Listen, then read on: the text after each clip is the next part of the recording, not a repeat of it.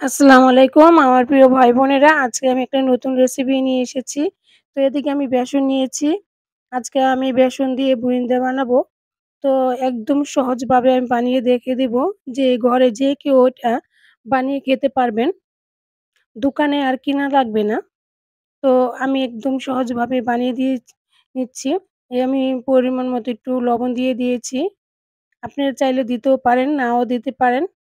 অ্যা আমি দিয়েছি একটু মানে সামান্য একটু দিয়েছি। তো আমি অল্প পরিমাণ করে অ্যাম পানি দিয়ে এটা গুলিয়ে নিব। একবারে পানি দিয়ে দিব না। একবারে পানি দিলে এটা অ্যা উম একটু বেশি হতেও পারে, একটু কম হতে পারে। এজন্য পরিমাণ মতো আমি একটু পানি দিয়ে গুলিয়ে নিচ্ছি। আর এটা সাধারণত নরমাল পানি, এটা কোনো ফুটান্ত গরম পানি না। এটা একদম নরমাল পানিটা দিয়েছি। আর এভাবে আমি চামচ দিয়ে ভালো মতন ফেটে নিব। আর এটা করলাম প্রচুর পরিমাণ ফেটে নিতে হবে। তো এটা আমি ভালো মতন ফেটে নেব।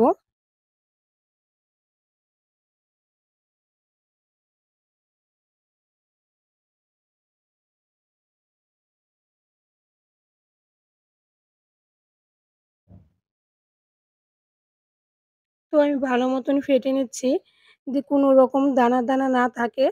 আর এটা দানা থাকলে কোনো সুন্দর হবে না।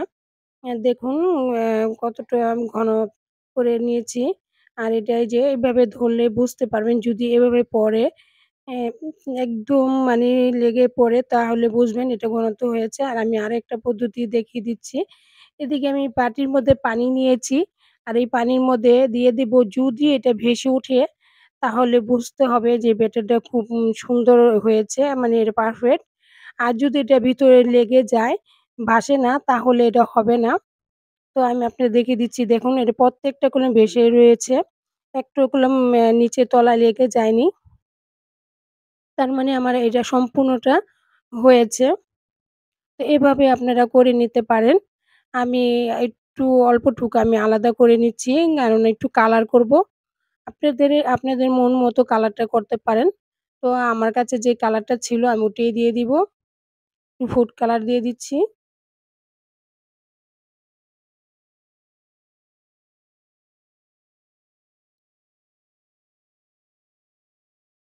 আমি এদিকে ২ টা কালার করব।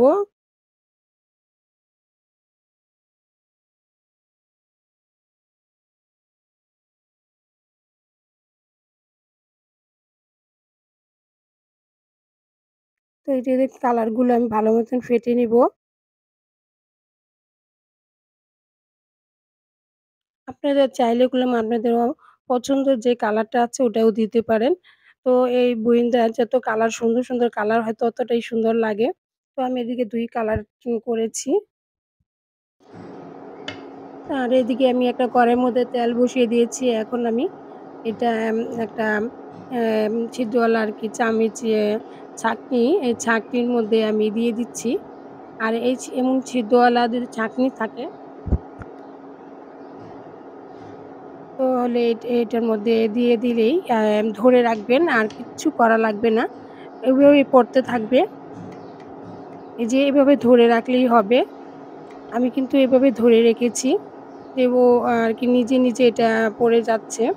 কোনো রকম নাড়াচাড়া দেওয়া লাগে না। আর এভাবে সুন্দর করে হয়ে যাচ্ছে। আর এটা যদি আরেকটু পাতলা করেন তাহলে একটুখানি বেশি পড়বে, কিন্তু এটা আপনার পারফেক্ট হবে না, সুন্দর হবে না। একদম যেটা একদম বুরিন্দা মানে দোকানের বুরিন্দার মতন হয়, এভাবে করলে দোকানের বুরিন্দার মতন হবে। আর খেতে অনেক টেস্টি হবে। আর পাতলা করলে ওই টেস্টি মানে এই স্বাদটা আর পাবেন না। তো আমি করলাম একদম বেশি ঘন বা মানে একদম কড়া ভাজিনি, আবার একদম হালকাও ভাজিনি। একটু হালকা একটু করে আরকি লালচা একটু সামান্য একটু লালচা করে উঠিয়ে নিয়েছি।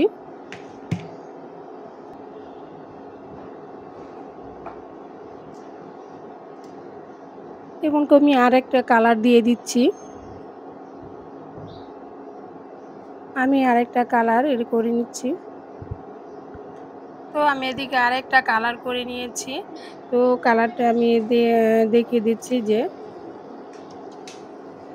একটু দেখুন এ একটু লাড়া দেওয়া লাগবে না, এমনি পড়ে যাবে। আর এটা একটু ধৈর্য করে আরকি এটা কাজটা করতে হবে।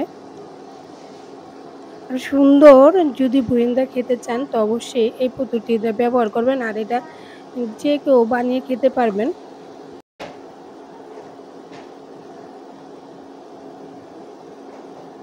আর আপনি যদি একটু লাড়াচাড়া দিয়ে তাহলে করে বুরিন্দাটা এত সুন্দর গোল হবে না।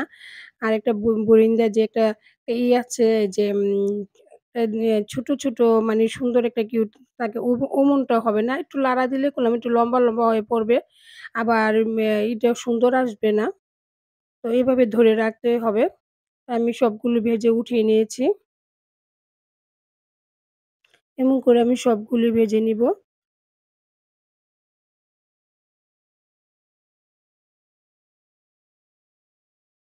দেখুন কতটা সুন্দর হয়েছে। একদম দোকানের বরিন্দার মতন হয়েছে। একদম গোল, গোল। খুব সুন্দর হয়েছে। আর এটা খেতে অনেকটাই টেস্টি ছিল। আর এটা যদি এভাবে ভাজেন তো আপনি কি দোকানেতে কিনে খাচ্ছেন নাকি বাসায় বানিয়েছেন এটা বুঝার বড়ই মুশকিল হবে। কারণ এটা দোকানের চেয়েও স্বাদ ছিল বেশি। আপনি দোকানের চেয়েও সুন্দর হয়েছে এটা বেশি। দেখুন এটা করলাম আমি যে টিপ দিচ্ছি কিন্তু এটা গলে যাচ্ছে না। যদি এটা গলে না যায় তাহলে বুঝতে পারবেন এটা পারফেক্ট হয়েছে। যদি একদম টিপ দেওয়ার সাথে, সাথে যদি গলে যায় তাহলে মনে করবেন এটার সুন্দর হয়নি। আর এটার মধ্যে যদি শিরার মধ্যে ভিজানো হয় তো ভিতরে প্রচুর পরিমাণ শিরা ঢুকবে। আর খেতেও করলাম অনেকটাই টেস্টি লাগবে।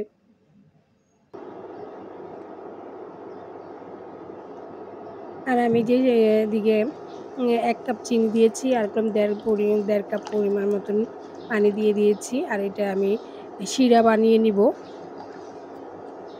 আপনারা একটু কম বেশিও চিনিটা দিতে পারেন আপনাদের পরিমাণ বুঝে।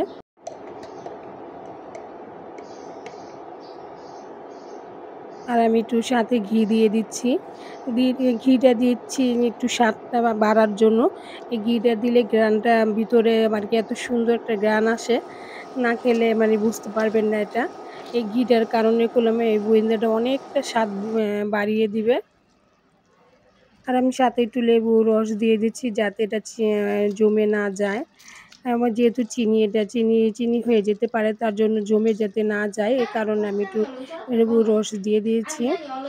আর এই যে আমি একটু গোয়েন্দাগুলো যা ছিল সবগুলো আমি এখন দিয়ে দিব এটার মধ্যে। আর ভালো মতো নেড়ে আমি এটা করলাম রেস্টে রেখে দিব। আমি যে পর্যন্ত আরকি এটা না ভিজবে এ পর্যন্ত আরকি ১০ থেকে ১৫ মিনিট রেস্টে রেখে দেব। আর এভাবে যদি আমি একটু রেখে দেন তাহলে করলাম এটা শিরাটা ভিতরে সুন্দরভাবে যাবে আর গেলে এটা খেতে করলাম অনেকটাই টেস্টি হবে। এই তো আমি ১৫ মিনিট পরে এসেছি। দেখুন কতটা সুন্দর হয়েছে। আপনি একবারে বুঝতেই পারবেন না যদি এভাবে বানান যে দোকানে না নিজে বাসায় বানিয়েছেন। বরং বাসারটা আরো বেশি টেস্টি হবে দোকানের চেয়ে। দেখুন কতটা ভিতর রসালো ভরা। আর এমনি কত ঝরঝরে হয়েছে। প্রত্যেকটা করলাম ভিতরে রসালো ভরা। আর উপরে দিয়ে এত ঝরঝরে হয়েছে, দেখতে করলাম অনেকটা সুন্দর হয়েছে। আর যারা এখনও আমার চ্যানেলটা সাবস্ক্রাইব করেন নাই, প্লিজ একটা সাবস্ক্রাইব করে দিবেন। আর উম যদি ভালো লাগে তো একটা লাইক দিয়ে ভিডিওটা দেখা শুরু করবেন। আর কমেন্টে জানাবেন এটা কেমন হয়েছে।